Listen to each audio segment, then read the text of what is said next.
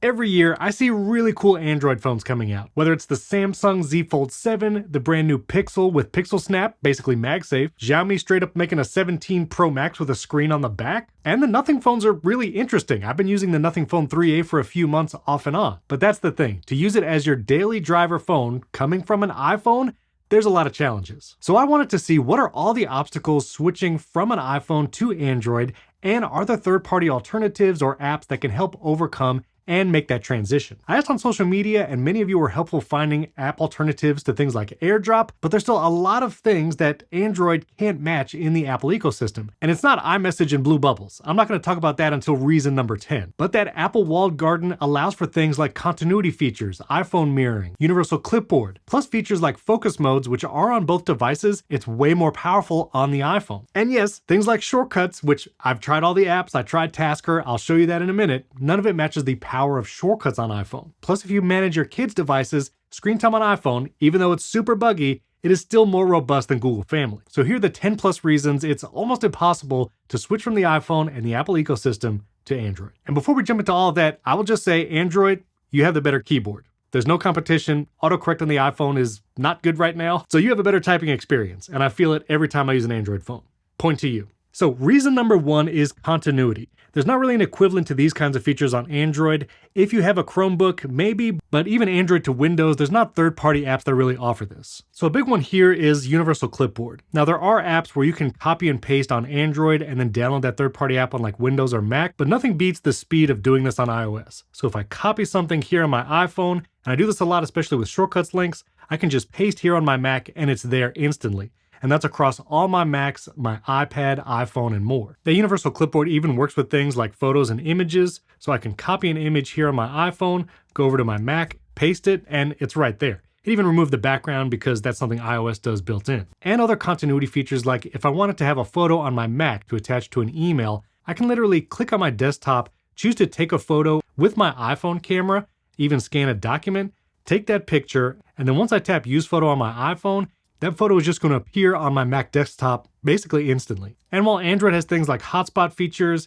the continuity between Mac and iPhone means that hotspot is always just available here in your Wi-Fi settings. And you can straight up mirror your entire iPhone onto your Mac, maybe using apps that are just on your phone, or you can get things like DoorDash Live Activities on your Mac when you placed an order from your phone. And the last part of continuity, if you wanted to record something and you wanted to use your iPhone as your camera, continuity camera is still one of the best features. I can literally just choose my iPhone in any app. This is Riverside where I record my podcasts. And now the phone is the camera. I can mount this. There's great MagSafe adapters to mount it to a laptop. It's seamless. No third-party apps or utilities are needed. Now I will say there's a great third-party app called Camo, and this does work between Windows, Android, Mac, and iPhone. So if you have an Android phone and even a Mac, you can still use your phone as your webcam. It just takes installing this app and the utility on your computer. Next, let's talk about AirDrop. Now, as many of you pointed out, from Android to Android, there's a built-in feature for AirDrop, and it's called Quick Share. So if you're sharing between Android devices, you could just tap the Quick Share here, and that's no problem. But many of you suggested an app called Blip, and I find that actually works pretty well. So instead of using Quick Share if I'm trying to share an image, I can just choose Blip,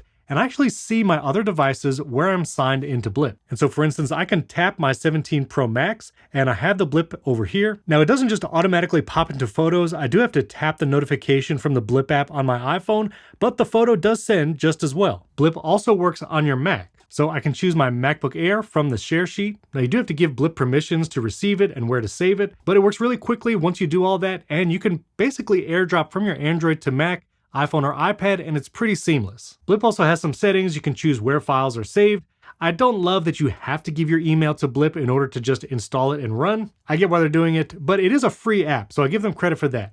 Now you do have to have the Blip app installed, so if you were trying to AirDrop from your Android phone to a friend or family member with an iPhone, you're gonna have to get them to download the app and set it up, but it's a good alternative to AirDrop. But I will say there's been many times when I'm at conferences and I wanna be able to share a photo or have someone share a photo to me, and this everyone for 10 minutes with AirDrop means I know any iPhone or iPad can send me an image, a file, whatever it may be. They don't have to install anything, neither do I, and it just works across all of Apple's devices. But if you want something that works equally well with your Android or iPhone, you should check out the ChuKTech Power Bank, and they sponsored this video. They sent me their 10,000 milliamp hour power bank, and this is a MagSafe charger and has that built-in USB-C cable. Pretty compact, so if you want to use it as a MagSafe charger, it fits right there on the back of your iPhone, starts charging. And you might have just seen my AirPods Pro 3 needs charging. So I can keep charging my iPhone wirelessly, plug in my AirPods Pro 3, and now those are charging as well. Or if you need to charge your iPhone really fast, plug in that built-in USB-C cable directly to your iPhone, and you're gonna get 20-watt charging, giving you 43% more battery in about 30 minutes. It's also one of the most budget-friendly power banks at just $40. Has a really strong magnetic grip, not coming off my iPhone, even if I'm shaking it. And again, has that 10,000 milliamp hour capacity, and it's light enough to throw in a jeans pocket or keep it in your bag to keep your devices charged. Also has a second USB-C port here so you can charge another device, and it's got status lights to let you know the capacity and whether or not the battery pack is charging. And if you want, you can actually do both. I'll plug in the power bank, and now the ChukeTech is charging my iPhone, and the power bank itself is getting charged by plugging in this cable. And if you have a Pixel 10, Pixel Snap means you can use this MagSafe charger, connect it directly to the back of your phone, and you're good to go. Links are down in the description to get the ChukeTech power bank, and my thanks to ChukeTech for sponsoring this video. Number 3 is focus modes. I use focus modes a ton on my iPhone, automatically activating during time of day, having custom home screens per focus, and even right now, I'm in my filming focus where I can have a custom home screen and lock screen, and Focus Filters also integrates with third-party apps like Fantastical, can also customize what accounts of your mail are active at a given time, who appears in your messages, and more. Plus, you can have multiple focus filters, and they integrate with shortcuts, which we'll talk about later. Now, Android does have a focus option. It's under digital well-being, and here you can set up a focus, but there's only one mode. And you can basically choose what apps will be muted during that focus, but there's not more granular control, like what calendars will appear when focus is active. And it doesn't seem like third-party apps have access to the focus mode and things like that. You can schedule it to enable at certain times of day, but focus modes just on Android are nowhere near what's possible on iPhone. That's an important feature for me, plus these focus modes will sync to all my other Apple devices. So when I activate filming on my iPhone,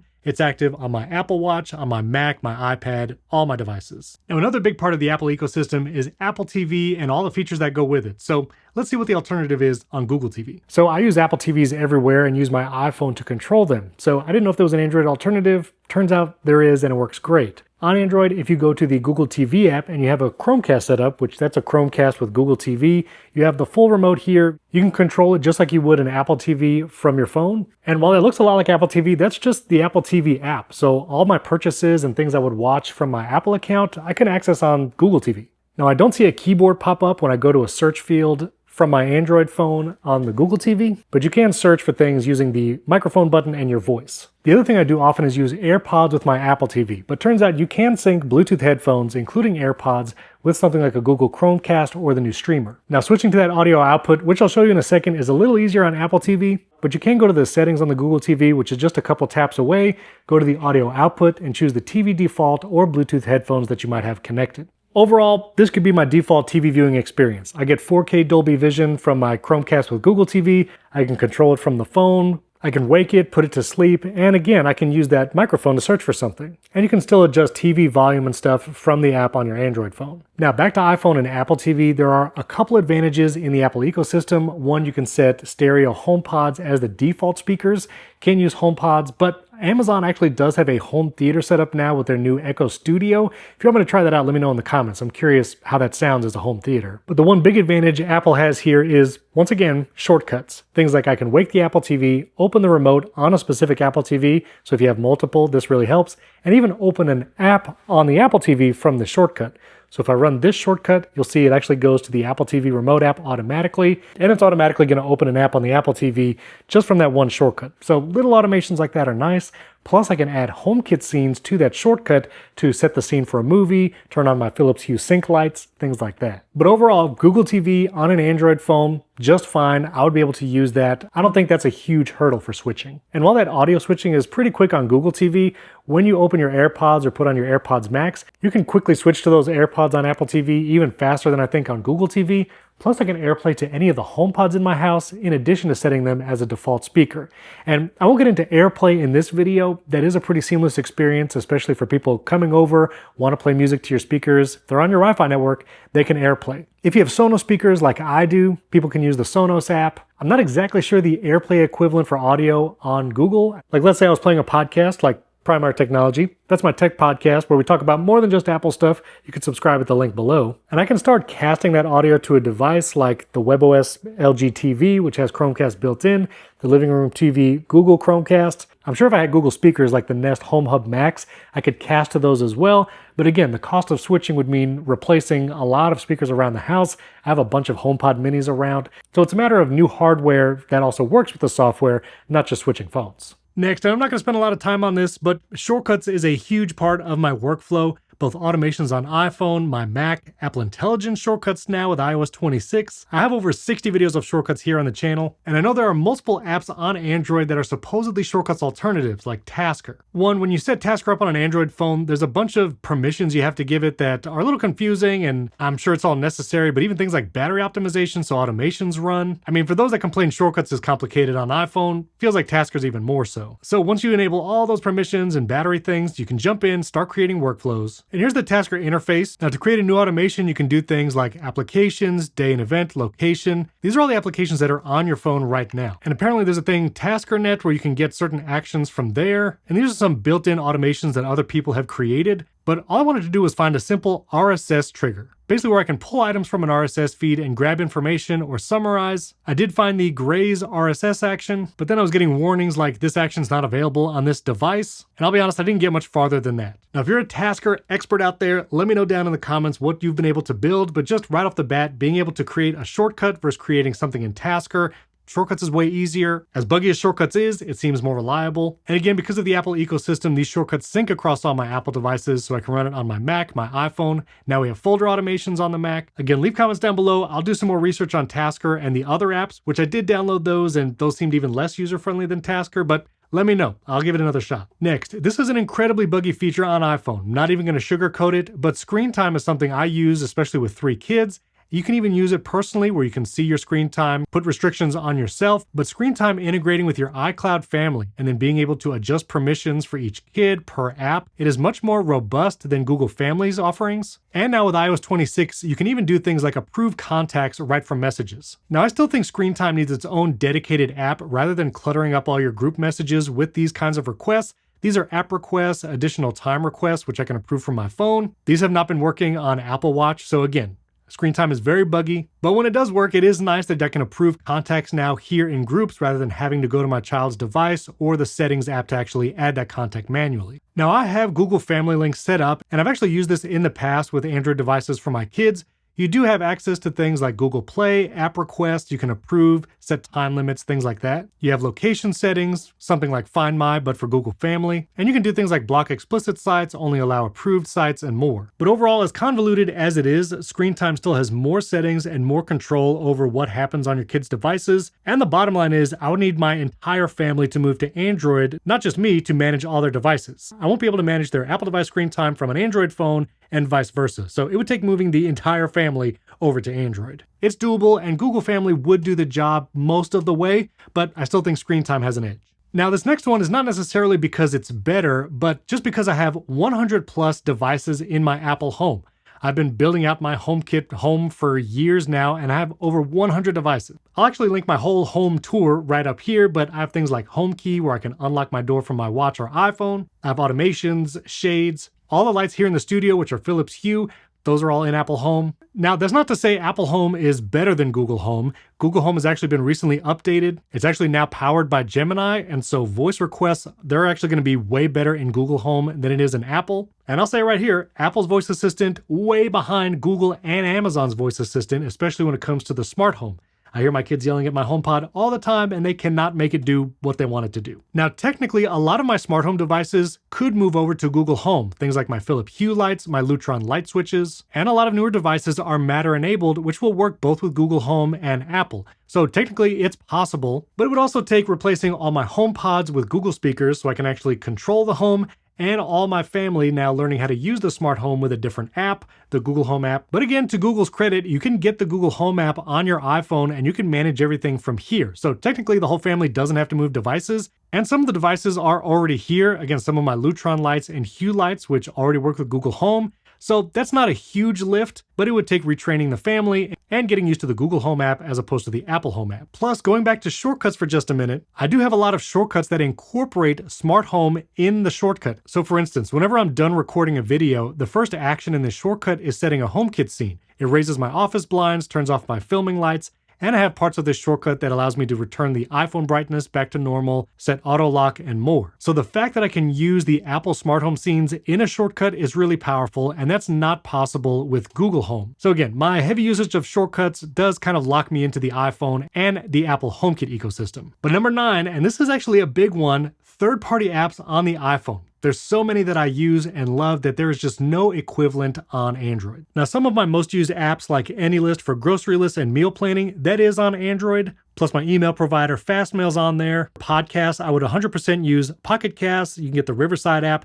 So there's a lot of great apps on Android. If you're a Todoist user, that's on Android as well. But there are a lot of great third-party apps on iPhone that I use in my daily workflow that's just not on Android yet. For instance, Bear for notes. I've used Bear for years. It's my default note-taking app. I write, I plan my videos here. You can use it on the web, which would work on Android, but it's nothing like having a native app, and I have a bunch of shortcuts integrated with that as well. Things for tasks is iPhone only, and I use this on my iPhone, Mac, iPad. It's beautifully designed. It's where I do project management and tasks like that. And there's good to-do apps on Android. You can use Google Keep as well, but there's just no alternative I have found for things.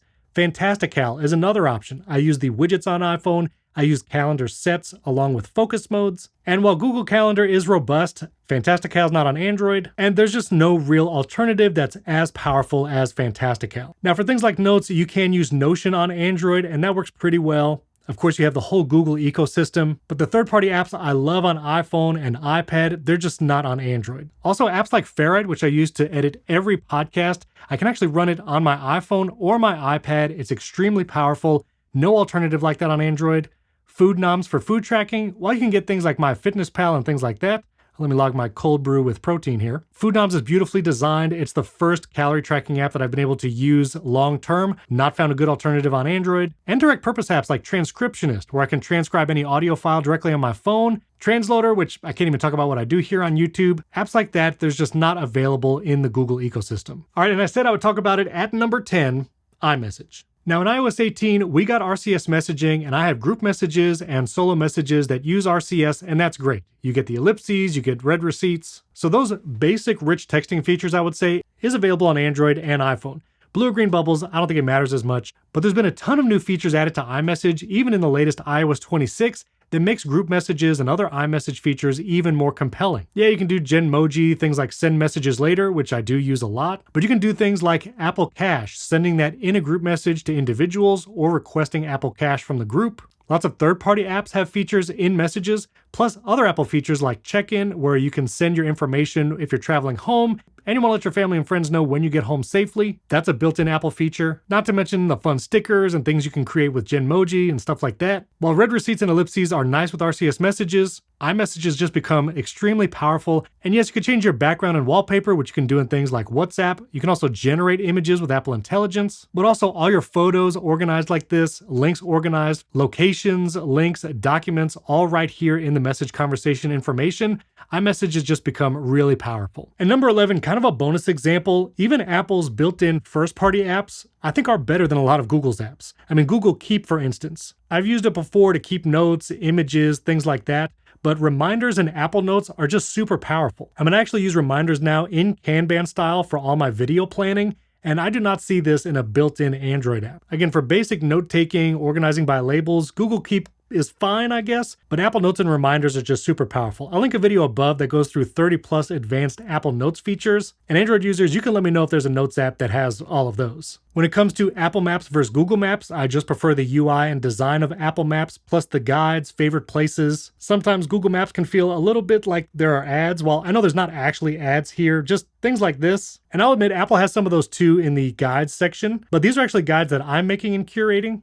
Plus, Apple Maps integrates with shortcuts for some of my workflows and things like that. And I do prefer the turn-by-turn direction of Apple Maps versus Google Maps. One point I will give Android, the Photos app, better on Android now than on iPhone. We've had some existential crises with iOS 18 and 26 Photos redesigns and how it's organized, so Google Photos wins on that. When it comes to web browser, Google Chrome is just as powerful, maybe even better than built-in Safari, but I just prefer the Safari UI, even with the liquid glass of iOS 26. And maybe it's just because I've been used to it for years, but just the UI and fluidity of iOS, Android has gotten really fast, and even on this 3A, which is not a top-of-the-line Android phone, Android feels fluid, it feels fast, but it just feels like iPhone has an edge. And I do like other stock apps like Apple Podcasts and how it displays episode artwork and shows, plus you get transcripts for every podcast in Apple Podcasts. A lot of those first-party apps are just really good. But in the comments, let me know suggestions you might have for other calendar apps, task apps that might make making an Android phone a little closer to my experience of iPhone. I know it can't be one-to-one like with the continuity features, universal clipboard, and things like that, but apps like Blip, Camo, if you want to use your Android as a webcam, there are some great alternatives out there, and maybe I will try some of the newer Android phones. And I would really like to be in both worlds, Android and iPhone, just to experience the phones. I think the hardware is super interesting on a lot of the newer iPhones, and I really do like the look of these Nothing phones. I mean, this looks pretty cool. But let me know down in the comments. I hope I gave it a fair shake. If I missed something glaring, let me know down there as well. But get subscribed and hit that like button, whether you use iPhone or Android, or if you want to see what shortcuts can really do on iPhone, I'll leave one of my videos right up here, and that includes a lot of Apple Intelligence shortcuts. Or if you want to see my review of iOS 26, which it's not perfect, and I try to show some of the differences between 18 and the latest version 26, that video's right up here. I appreciate you watching. I'll catch you next time.